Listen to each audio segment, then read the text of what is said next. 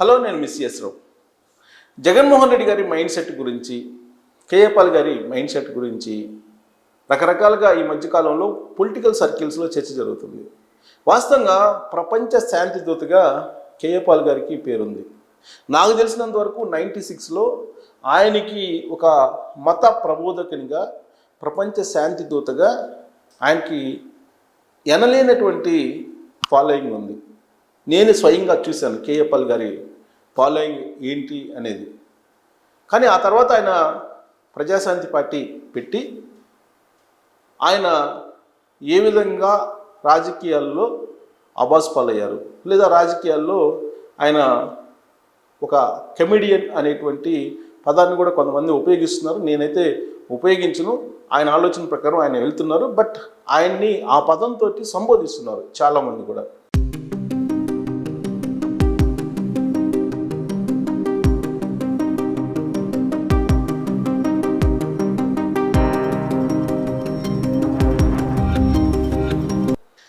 But ఆయన పందాలో ఆయన రాజకీయాలు చేసుకుంటూ వెళ్తూ ఉన్నారు. సీరియస్ పాలిటిక్స్ జరుగుతున్నప్పుడు కేఏ పాల్ వచ్చినట్టు అనేటువంటి ఉదాహరణని కవిత లాంటి వాళ్ళు చాలా సందర్భాల్లో చెప్పారు. సో కాబట్టి సీరియస్ పాలిటిక్స్ నడుస్తున్నప్పుడు కేఏ పాల్ గారు వస్తే అదొక ఎంటర్టైన్మెంట్ అనేటువంటి భావంతో రాజకీయ పార్టీలో ఉండేటువంటి నాయకులు ఉన్నారు. ఇప్పుడు ఆ స్థానాన్ని జగన్మోహన్ రెడ్డి గారు భర్తీ చేస్తున్నారు అనేటువంటి అభిప్రాయం కలుగుతుంది కొంతమందికి. అందుకే ఈ మధ్యకాలంలో, అంటే ఇటీవల 2 రోజుల క్రితం ఏలేరు కాలువ ముంపు ప్రాంతానికి వెళ్ళినప్పుడు, పిఠాపురం పవన్ కళ్యాణ్ గారి నియోజకవర్గానికి వెళ్ళినప్పుడు జగన్మోహన్ రెడ్డి గారు చేసినటువంటి యాక్షన్ ఏదైతే ఉందో ఆ యాక్షన్ చూసిన తర్వాత కేఏ పాల్ని మరిచిపోయే విధంగా, మరిచేలాగా జగన్మోహన్ రెడ్డి గారు యాక్ట్ చేస్తున్నారు, ఆ విధంగా వ్యవహరిస్తున్నారు అనేటువంటి ఒక కంపారిజన్ని రాజకీయ వర్గాల్లో తీసుకొస్తున్నారు. అందుకే ఇంచుమించుగా వాళ్ళిద్దరూ చేసినటువంటి యాక్షన్ ఏదైతే ఉందో ఆ యాక్షన్ని మీకు చూపించడంతో పాటు దాని మీద విశ్లేషణ చేసేటువంటి ప్రయత్నం చేస్తాను. బట్ కేఏ పాల్ గారి యాక్షన్ విజువల్స్ చాలా ఉన్నాయి, కానీ నాకు ఆ యూట్యూబ్లో కొన్ని చాలా వాటర్ మార్క్స్ ఉన్నాయి, వాటిని తీసేటువంటి పరిస్థితి నాకు లేదు. అందువల్ల నేను అందుబాటులో ఉన్నటువంటి ఒక్క చిన్న వీడియోనే మీ ముందు ఉంచేటువంటి ప్రయత్నం చేస్తాను. అలాగే జగన్మోహన్ రెడ్డి గారిది 2 రోజుల క్రితం ఆయన చేసినటువంటి యాక్షన్ ఏ విధంగా ఉందో దాన్ని మీ ముందు ఉంచుతాను. సో ఆ 2 చూసిన తర్వాత మీకు ఏమనిపిస్తుంది అనే దాని మీద కామెంట్ చేయొచ్చు. నేను కూడా దాని మీద విశ్లేషణ చేసే ప్రయత్నం చేస్తాం. దానికంటే ముందు మనం ఆ ఇద్దరు సంబంధించి, అంటే కేఏ పాల్, ఇటు జగన్మోహన్ రెడ్డి గారు, ఇద్దరు వాళ్ళ యొక్క బాడీ లాంగ్వేజ్ ఎలా ఉంది అనేది ఒకసారి మీరు కూడా చూడొచ్చు. ఇక్కడ చూడండి కేఏ పాల్ గారు, ఇక్కడ కేఏ పాల్ గారు, ఇక్కడ జగన్మోహన్ రెడ్డి గారు.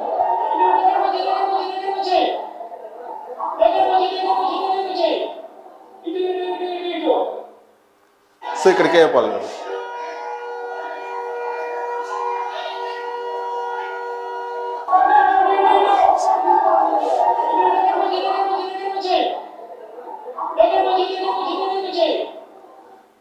సో జగన్మోహన్ రెడ్డి గారు దగ్గరికి వచ్చి అమ్మ నీకు 15,000, అమ్మ నీకు 15,000 అని చెప్పి యాక్షన్ చేసి చూపిస్తారు. నాకు రావట్లేదు, బట్ జగన్మోహన్ రెడ్డి గారి యాక్షన్ చాలా కష్టం. కేఏ పాల్ గారిది జస్ట్ ఒక విజువల్ దొరికితే నేను మీకు చూపించాను. బట్ కేఏ పాల్ గారు డ్యాన్స్ వేసేయి, తర్వాత ఆయన క్యాంపెయిన్లో పబ్లిక్ని ఆకట్టుకోవడానికి ఆయన కిస్లు ఇచ్చేవి చాలా ఉన్నాయి. అవి యూట్యూబ్లో మీరు కూడా చూడొచ్చు. బట్ వాటన్నిటిని మీకు చూపించేటువంటి ప్రయత్నం చేయాలనుకున్నాను, కానీ బట్ నాకు ఎగ్జాక్ట్ విజువల్ దొరకలేదు. బట్ ఈ 2 చూస్తే, వీళ్ళిద్దరు చూస్తే కనుక ఇప్పుడు జగన్మోహన్ రెడ్డి గారి మైండ్ సెట్ ఏంటి అనే దాని మీద మనం విశ్లేషణ చేసుకుంటే కనుక, జగన్మోహన్ రెడ్డి గారి గురించి ఆ పార్టీలో ఉండేటువంటి వాళ్ళే, ఇప్పుడు కాదు, ఆల్రెడీ ఆయన పార్టీ పెట్టిన తొలి రోజుల నుంచి కూడా ఒకేలాగా చెప్తున్నారు. ఆ పార్టీ నుంచి బయటకు వచ్చినటువంటి వాళ్ళు, ఆ పార్టీలో ఉన్నటువంటి వాళ్ళేమో ప్రైవేట్గా మాట్లాడుకుంటుంటారు. ఆ పార్టీ నుంచి బయటకు వచ్చి మొట్టమొదటిసారిగా జగన్మోహన్ రెడ్డి గారి మైండ్ సెట్ని చెప్పినటువంటి వాళ్ళు హీరో రాజశేఖర్. ఆయన చెప్పిన దాని ప్రకారం ఏంటంటే, ఎవరైనా సరే కొంచెం నీట్గా డ్రెస్ చేసుకున్నా, లేదు జగన్మోహన్ రెడ్డి గారి కన్నా కూడా కొంచెం పొడవుగా ఉన్నా, లేదు కొంత ప్రజాదరణ కలిగి ఉన్నా, ఆయన తట్టుకోలేరు అనేది రాజశేఖర్ చెప్తున్నటువంటి మాట. అవే మాటలు వైఎస్ఆర్ కాంగ్రెస్ పార్టీ నుంచి బయటకు వచ్చినటువంటి అనేక మంది 90% లీడర్స్ అదే వర్షన్ చెప్పడం జరిగింది. తర్వాత ఆయన మైండ్ సెట్ గురించి షర్మిల గారు చెప్పారు.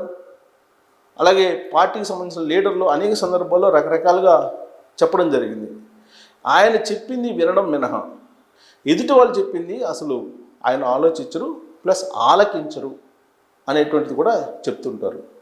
అసలు జగన్మోహన్ రెడ్డి గారికి ఇప్పుడు అధికారం కోల్పోయిన తర్వాత కంప్లీట్గా మైండ్ పనిచేయట్లేదు, ఫ్రస్ట్రేషన్లో ఉన్నారు అని చెప్పి తెలుగుదేశం పార్టీ వాళ్ళు చెప్తున్నారు. ఈ మధ్యకాలంలో ఆయన్ని డాక్టర్లకు చూపించాలి, ప్లస్ చంద్రబాబు నాయుడు గారు ముఖ్యమంత్రిగా ఉన్నారు కాబట్టి ఆయనే ఇనిషియేటివ్గా తీసుకొని జగన్మోహన్ రెడ్డి గారికి ట్రీట్మెంట్ చేయించాలి ప్రభుత్వ ఖర్చులతోటి అనేది ఇప్పుడు తెలుగుదేశం పార్టీ నాయకులు మీడియా ముందుకు వచ్చి చెప్తున్నారు. ఏది ఏలేరు కాలం ముంపు ప్రాంతానికి వెళ్ళి పరిశీలించిన తర్వాత ఆయన పిఠాపురంలో చేసినటువంటి యాక్షన్ను చూసిన తర్వాత జగన్మోహన్ రెడ్డి గారి యొక్క మైండ్ సెట్ మీద రకరకాలుగా ఇప్పుడు చర్చ జరుగుతూ ఉంది.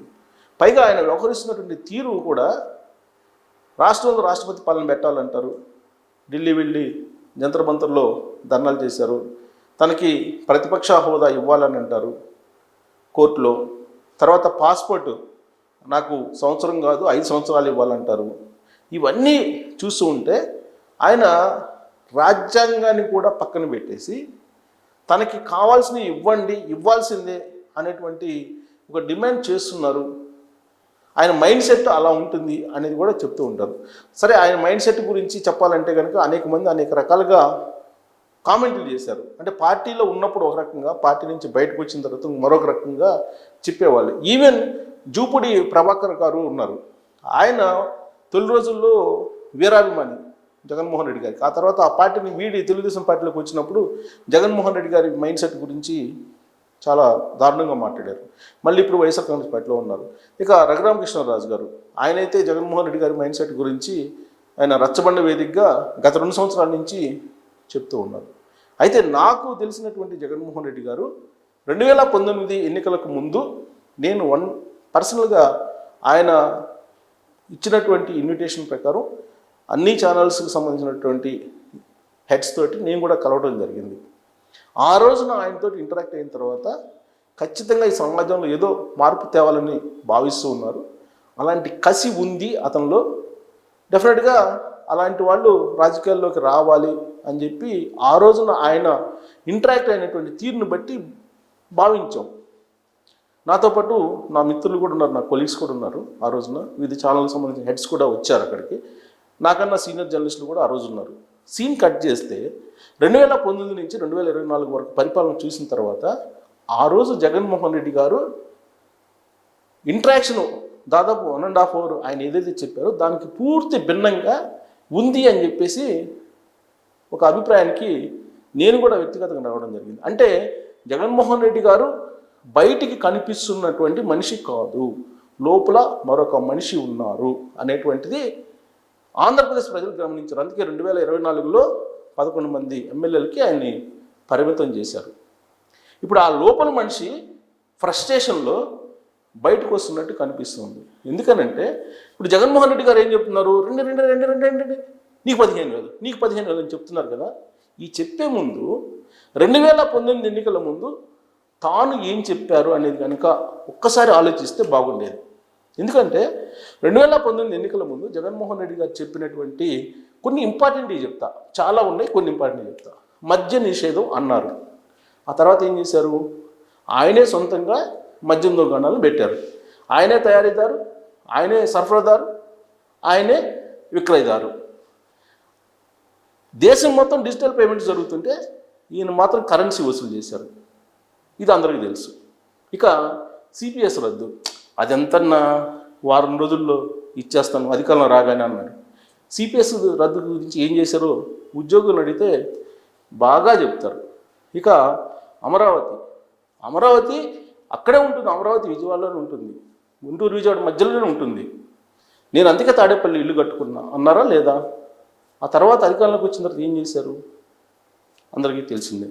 ఇలా చెప్పుకుంటూ పోతే ఆయన ఇచ్చినటువంటి హామీలు భారతదేశంలో ఎక్కడా లేని విధంగా పెట్రోల్ డీజిల్ రేట్లు హైయెస్ట్ ఉన్నాయి రాష్ట్రంలో. నేను రాగానే తగ్గిస్తానన్నారు. తగ్గించారా? తర్వాత ఎలక్ట్రిసిటీ ఛార్జీలు సామాన్యులు భరించలేని విధంగా ఉన్నాయి. నేను వచ్చిన తర్వాత అందుబాటులో తీసుకొస్తాను అందరికీ అని అన్నారు. 9 సార్లు పెంచారు. ఇలా చెప్పుకుంటూ పోతే అనేకం ఉన్నాయి. తర్వాత మరొక విషయం చెప్తా. ఇప్పుడు చంద్రబాబు గారు 20,000 రైతుకి సంబంధించిన ఆర్థిక సహాయం చేస్తున్నారు. జగన్మోహన్ రెడ్డి గారు 13,500 ఇస్తానన్నారు రైతు భరోసా కింద. ఇచ్చింది ఎంత? 6,000 రూపాయలు నరేంద్ర మోడీ గారు ఇచ్చిన వాటిని కూడా లెక్కేసి 13,500 ఇచ్చారని చెప్పారా లేదా రైతు భరోసా? ఇవన్నీ చెప్పుకుంటూ పోతే జగన్మోహన్ రెడ్డి గారు ఇప్పుడు ఏదైతే ర్యాగింగ్ చేయాలని చెప్పి చంద్రబాబు గారిని ప్రయత్నం చేస్తున్నారో 2019లో జగన్మోహన్ రెడ్డి గారు చెప్పినటువంటి హామీలు ఆ తర్వాత ఫ్లేట్ ఫిరాయించినటువంటి పరిస్థితిని కనుక చెప్తే ఆయన హావభావాలతోటి నాకైతే రావట్లేదు ఆయన హావభావాలు.